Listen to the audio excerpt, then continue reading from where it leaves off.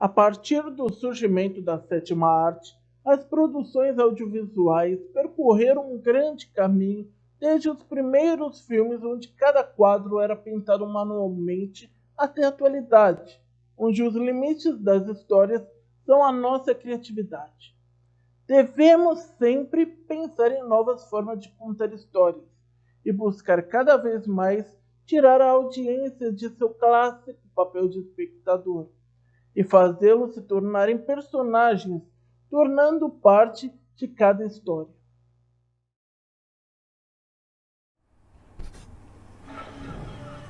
Almost all movies and television are what I call a third-person medium. The audience is a third-person, non-participating, non-involved voyeur who is watching something else happen. They watch somebody kill somebody else, someone kiss someone else, someone chase someone else, someone discover something.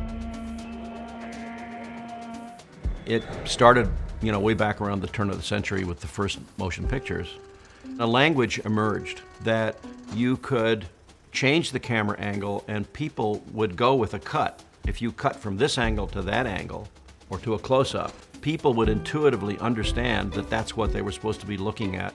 And that became a cinematic language that I would call third person, because the presence of the camera is not acknowledged. It's not happening directly to the audience.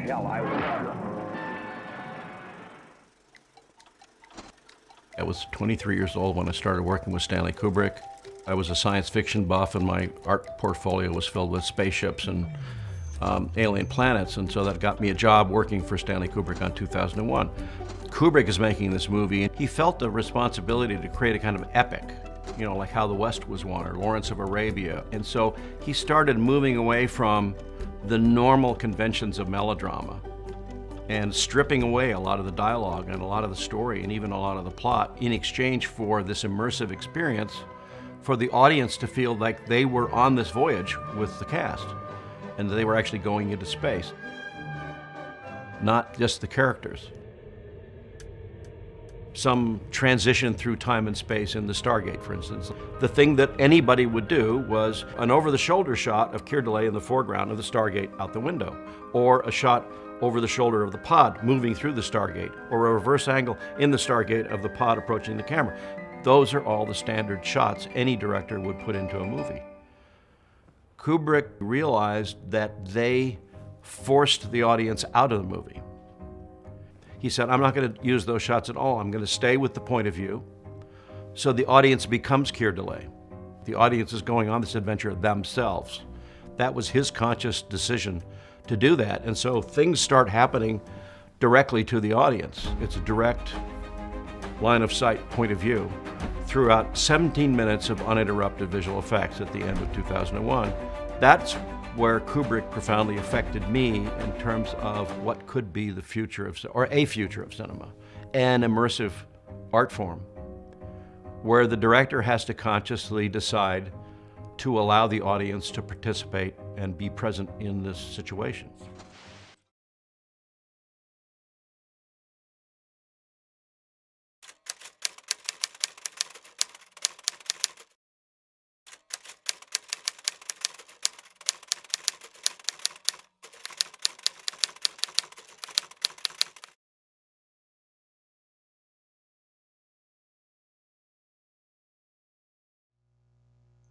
A realidade como conhecemos é algo facilmente mutável.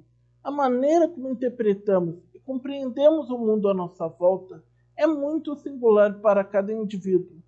Cada um tem uma perspectiva única, e isso só mostra como a tecnologia pode facilmente enganar nossos sentidos e nos fazer sentir parte de uma realidade completamente diferente da cotidiana.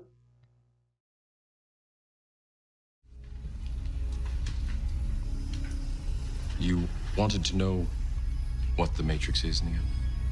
Trinity.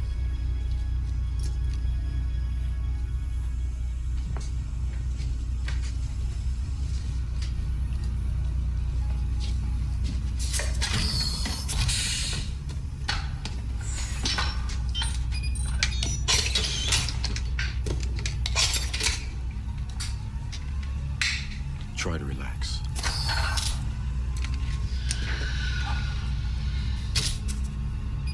feel a little weird.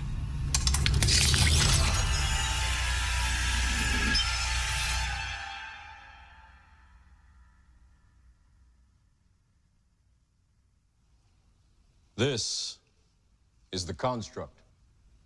It's our loading program.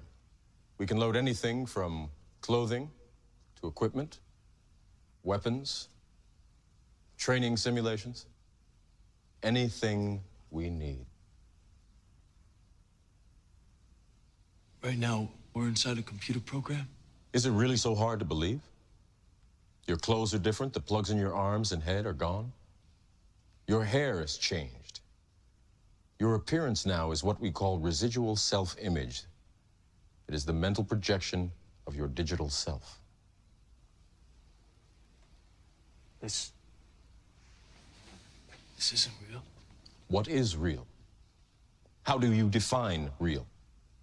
If you're talking about what you can feel, what you can smell, what you can taste and see, then real is simply electrical signals interpreted by your brain. This is the world that you know. I almost forgot. In order to successfully bring Biff back to our time period, it is necessary to accelerate up to 88 miles per hour and bump... One of the most exciting opportunities I had as a filmmaker was the Back to the Future ride, which was completely unique in the sense that it was only 4 minutes long. It was extremely intense, kinesthetically intense. You're in a DeLorean car, like a flight simulator, being propelled into the movie. You're actually becoming a part of the movie.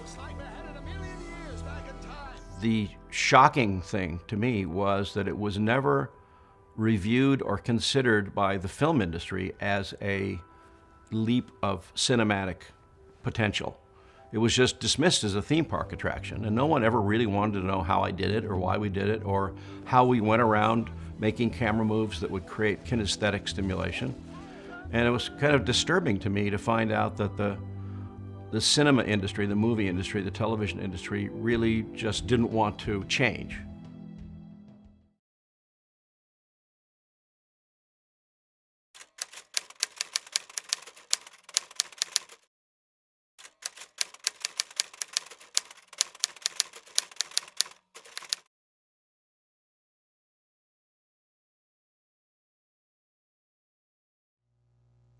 O futuro do cinema ainda não está escrito.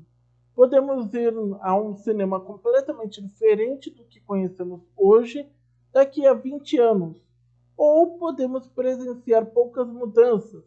A tecnologia para isso ainda não está aqui, mas com certeza estamos cada vez mais perto.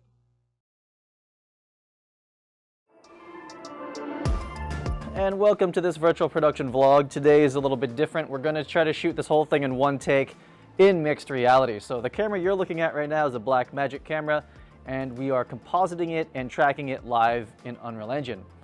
I'm going to be showing my virtual camera demo in mixed reality as well, and we're actually going to be looking at what this light is doing here at the same time. So let's get started. I'm going to walk over here to the virtual camera. We're going to check out what's going on. So I'm going to hit record, and I'm rolling on this camera now. And you'll see that as I'm tracking back and forth, or panning back and forth, we are tracking, and I'm basically shooting a virtual camera of the scene that you're looking at right now. And what's cool is that we actually have this light now that is keying her. It's actually being tracked from that light there. So as I walk into this scene, not only is Shinbi here being lit by this light, but I'm also being lit by the light at the same time. So we're doing lighting in the real world and the CG world at the same time. We're doing camera in the real world and the CG world at the same time. That is the point of this demo and what I was working on this week. So I'm going to move this light now, and I'm going to move it over here like this. And you can see the light changing on her like this. So this is more of a frontal angle, maybe back this way a little bit. So I have placed the light, and I can pan it off this way. And you can see it takes the light off of her, the light's back on her, and panning it this way, same thing. So we're definitely tracking the light in the CG world.